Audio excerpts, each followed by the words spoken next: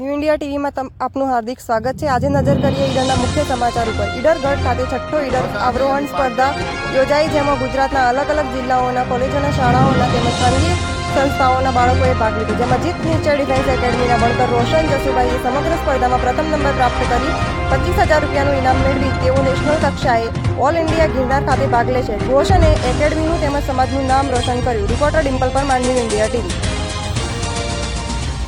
જય જય ગરવી ગુજરાત।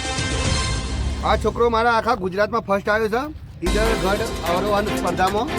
તો આજે અમે બધા કચેરીનું એન્જોય કરી રહ્યા છીએ। બહુ બધા લોકોએ બહુ બધી રાજનીતિ કરી કે આ છોકરાનો નંબર ના આવે, પણ મને એવો રેકોર્ડ બનાવી દીધો છે 6:58નો કે કદાચ તોડવો એ મુશ્કેલ થઈ જશે।